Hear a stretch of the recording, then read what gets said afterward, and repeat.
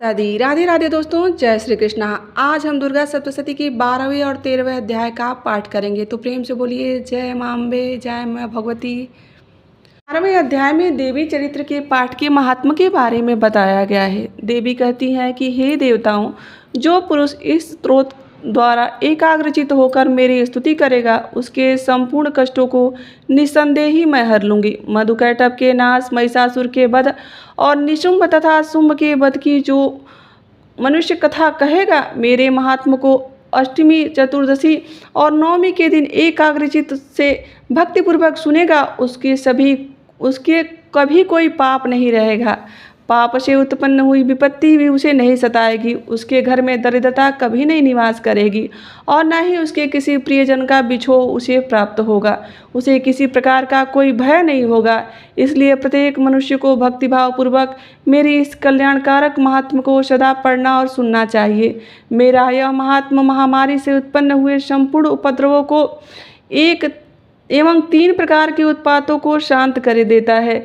जिस घर और मंदिर में जहाँ जिस स्थान पर मेरा यह स्तोत्र विधि पूर्वक पढ़ा जाता है, उस स्थान को मैं कभी भी त्याग कर नहीं जाती हूँ। वहाँ मैं सदा निवास करती हूँ। बलिदान, पूजा, होम तथा महोत्सवों में मेरा यह चरित्र उच्चारण करना तथा सुनना चाहिए। ऐसा हवन या पूजन मनुष्य जानकर या बिना जाने भी करे तो मैं उसे तुरंत ग्रहण कर लेती हूँ। शरद काल में प्रत्येक वर्ष जो पूजा की जाती है, उसमें मनुष्य भक्तिभाव पूर्वक मेरा यह महात्म सुनकर सब विपत्तियों से छूट जाता है और धन धान्य तथा पुत्रादि को संपन्न हो जाता है।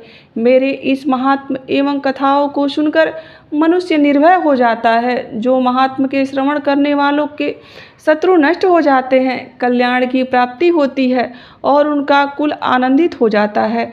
सब कष्ट शांत हो जाते हैं तथा भयंकर स्वप्न दिखाई देना भी बंद हो जाते हैं।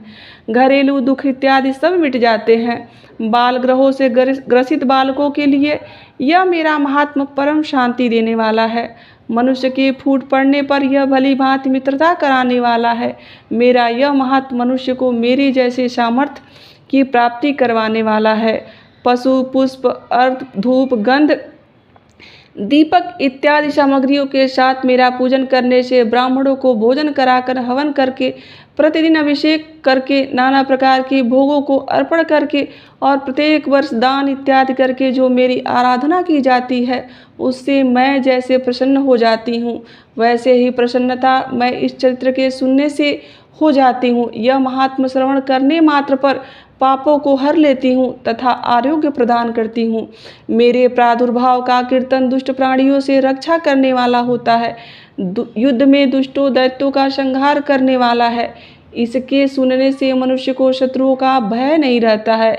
हे देवताओं, तुमने जो मेरी स्तुति की है अथवा ब्रह्मा जी ने जो मेरी स्तुति की है, वह मनुष्य को कल्याणकारी बुद्धि प्रदान करने वाला है। वन में सुने मार्ग में अथवा दावानल से घिरे जाने पर भी, वन के चारों ओर से घिरा हुआ या शत्रुओं द्वारा पकड़े जाने पर भी मैं उसकी रक्षा करने के लिए तत्पर हो जाती हूँ। जंगल में सिंहों, बाघों या जंगली हाथियों द्वारा पीछा किया जाने पर, राजा के क्रुद्ध हो जाने पर, मारे जाने के भय से, समुद्र में नाव के डगमगाने पर, भयंकर युद्ध में फंसा होने पर, किसी भी प्रकार की पीड़ा से पीड़ित, घोर बाधाओं से दुखी हुआ मनुष्य मेरे इस चरित्र को यदि स्मरण करके गाता है तो वह सभी संकटों से मुक्त हो जाता है। मेरे प्रभाव से सिंह, चोर या शत्रु इत्यादि दूर भाग जाते हैं और पास नहीं आते हैं। महर्षि ने कहा कि प्रचंड पराक्रम वाली भगवती चंडिका कहने के पश्चात सब देवताओं के देखते देखते ही अंतर ध्यान हो गई और संपूर्ण देवता अपने शत्रुओं के मारे जाने पर पहले की तरह यज्ञ भाग का उपभोग करने लगे और उन्हें अपने अधिकार फिर से प्राप्त हो गए। युद्ध में देवताओं के शत्रुओं शुंभ और निशुंभ के देवी के हाथों मारे जाने पर बाकी बचे हुए जो राक्षस थे, वह पाताल लोक को चले गए। हे राजन, इस प्रकार भगवती अंबिका नित्य होती हुई बार बार प्रकट होती इस जगत का पालन करती हैं, इसको मोहित करती हैं, जन्म देती हैं और प्रार्थना करने पर समृद्धि प्रदान करती हैं। हे राजन, भगवती की महाप्रलय पर समय महामारी का रूप धारण करती हैं और वही संपूर्ण ब्रह्मांड में व्याप्त हैं वही भगवती समय समय पर महाकाली तथा महामारी का रूप बनाती हैं और स्वयं अजन्मा होते हुए भी सृष्टि के रूप में प्रकट होती हैं। वह सनातनी देवी प्राणियों का पालन करती हैं और वही मनुष्य में अभ्युदय के समय घर में लक्ष्मी का रूप बनाकर स्थित होती हैं तथा अभाव के समय दरिद्रता बनकर विनाश का कारण बन जाती हैं। पुष्प धूप और गंध आदि से पूजन करने से, उनकी स्तुति करने से वह धन एवं पुत्र देती हैं और धर्म में शुभ बुद्धि प्रदान करती हैं। इस प्रकार दुर्गा सप्तशती का 12वां अध्याय यहीं पर समाप्त हुआ। प्रेम से बोलिए जय माता दी। अब चलिए 13वें अध्याय का पाठ करेंगे। इस अध्याय में राजा सूरथ और वैश्य को देवी का वरदान प्राप्त होता है। महर्षि मेधा ने कहा कि हे राजन, इस प्रकार देवी के उत्तम महात्मा का वर्णन मैंने आपको सुनाया है। जगत को धारण करने वाली इस देवी का ऐसा ही प्रभाव है। वहीं देवी ज्ञान को देने वाली है और भगवान विष्णु को इस माया के प्रभाव से तुम और इस वैश्य तथा अन्य विवेक जनियों को मोहित करती हैं और भविष्य में भी मोहित होते रहोगे। हे राजन, तुम इसी परमेश्वरी की शरण में जाओ। यही भगवती आराधना करने पर मनुष्यों को भोग, स्वर्ग तथा मोक्ष प्रदान करती हैं। मार्कंडेय जी ने कहा कि महर्षि मेधा की यह बात सुनकर राजा सूरथ ने उन उग्र व्रत वाले ऋषि को प्रणाम किया और राज्य के छीने जाने के कारण उनके मन में अत्यंत ग्लानि हुई।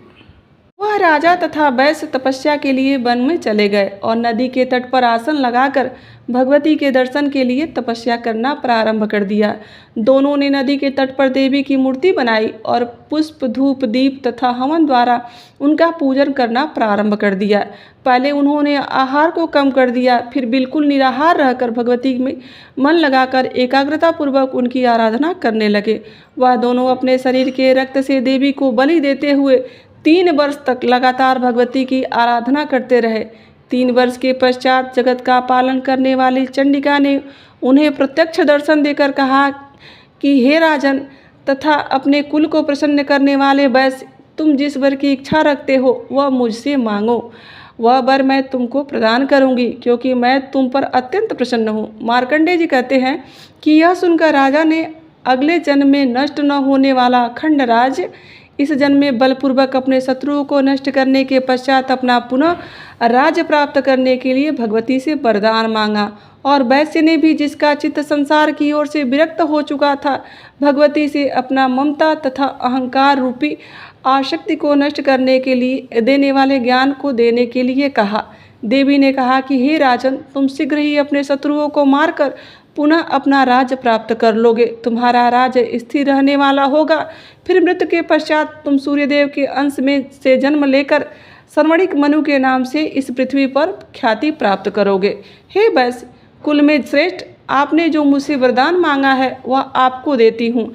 आपको मोक्ष को देने वाले ज्ञान की प्राप्ति होगी। मार्कंडेय जी कहते हैं कि इस प्रकार से उन दोनों को मनवांछित वर प्रदान कर उनसे अपनी स्तुति सुनकर भगवती वहाँ से अंतर्ध्यान हो गई। इस प्रकार क्षत्रियों में श्रेष्ठ वह राजा सूरथ भगवान सूर्यदेव के से जन्म लेकर इस पृथ्वी पर सर्वणिक मनु के नाम से विख्यात हुए। इस प्रकार दुर्गा सप्तशती का 13वां अध्याय यहीं पर समाप्त हुआ। तो प्रेम से बोलिए जय माँ भगवती, जय माँ अम्बे। दोस्तों, यह थी दुर्गा सप्तशती के 12वें और 13वें अध्याय के पाठ। आशा करती हूँ कि आपको आज की वीडियो अच्छी लगी होगी और यहाँ तक बने रहने के लिए आप सभी का दिल से आभार। मिलते हैं किसी ऐसी कथा, कहानी, जानकारी के साथ। आज के लिए बस इतना ही। राधे राधे, जय श्री कृष्ण।